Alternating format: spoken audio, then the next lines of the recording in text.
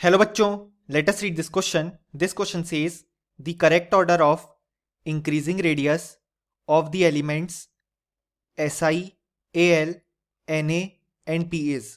और हमारे ऑप्शंस हैं option A Si, Al, P, Na, option B P, Si, Al, Na, option C Al, Si, P, Na और option D Al, P, Si, Na. So इस question में हमसे पूछा गया है कि इनमें से increasing radius of the elements silicon, aluminium, sodium और फास्फोरस का करेक्ट ऑर्डर कौन सा होगा। सो इस क्वेश्चन को सॉल्व करने के लिए हमें जो की कंसेप्ट रिक्वायर्ड है वो है कॉन्सेप्ट ऑफ एटॉमिक रेडियस।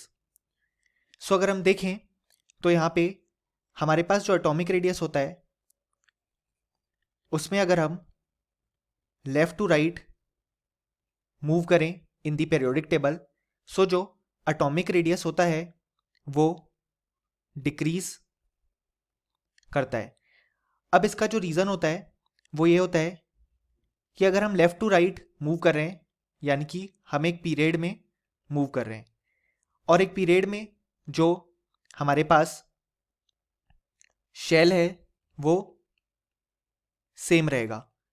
सो यहाँ पे जब हम लेफ्ट टू राइट मूव करते हैं तो यहाँ पे जो शेल है वो तो सेम है, लेकिन जैसे ही हम लेफ्ट टू राइट मूव कर रहे हैं तो हमारे पास जो जेड इफेक्टिव या जिसको हम बोलते हैं इफेक्टिव न्यूक्लियर चार्ज वो इंक्रीज करता जाता है। यानी कि बेसिकली जो न्यूक्लियस का आउटर मोस्ट इलेक्ट्रॉन की तरफ अट्रैक्शन है वो इंक्रीज होता जाता है। इसलिए जैसे ही हम लेफ्ट टू राइट मूव करते हैं तो अब जो न्यूक्लियस है वो ज़्यादा स्ट्रांगली अट्रैक्ट करेगा आउटर मोस्ट इलेक्ट्रॉन को। इस कारण से होगा क्या कि हमारे पास जो एटम है उसकी एटॉमिक साइज डिक्रीज हो जाएगी जैसे ही हम लेफ्ट टू राइट मूव करेंगे। और अगर हम अब बात करें कि down the group atomic radius का क्या ऑर्डर होगा, तो डाउन द ग्रुप जब हम मूव करते हैं तो नंबर ऑफ शेल्स इंक्रीज करते हैं। इस कारण से हमारे पास जो एटॉमिक रेडियस है वो भी इंक्रीज करता है। अब अगर हम हमारे क्वेश्चन में गिवन एलिमेंट्स की बात करें तो हमारे पास गिवन है सोडियम, एल्यूमिनियम, सिलिकॉन और फास्फोरस।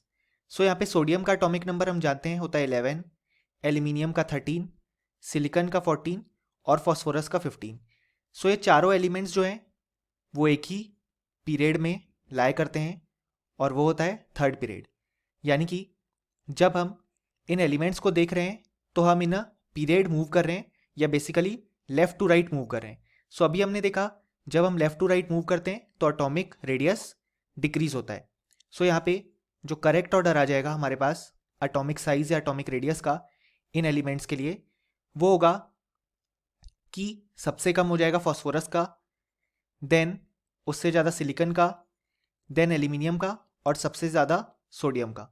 सो ये आएगा हमारे पास increasing order of atomic radius for these elements. अब अगर हम हमारे ऑप्शंस चेक करें तो हमारे ऑप्शन ए में सबसे कम गिवन है सिलिकॉन के लिए, सो ये इनकरेक्ट हो जाएगा क्योंकि सबसे कम होगा फास्फोरस के लिए। ऑप्शन बी में सबसे कम दिया है फास्फोरस के लिए, then silicon, then aluminium and then sodium. यानी कि जो करेक्ट ऑप्शन हो जाएगा वो जाएगा ऑप्शन बी।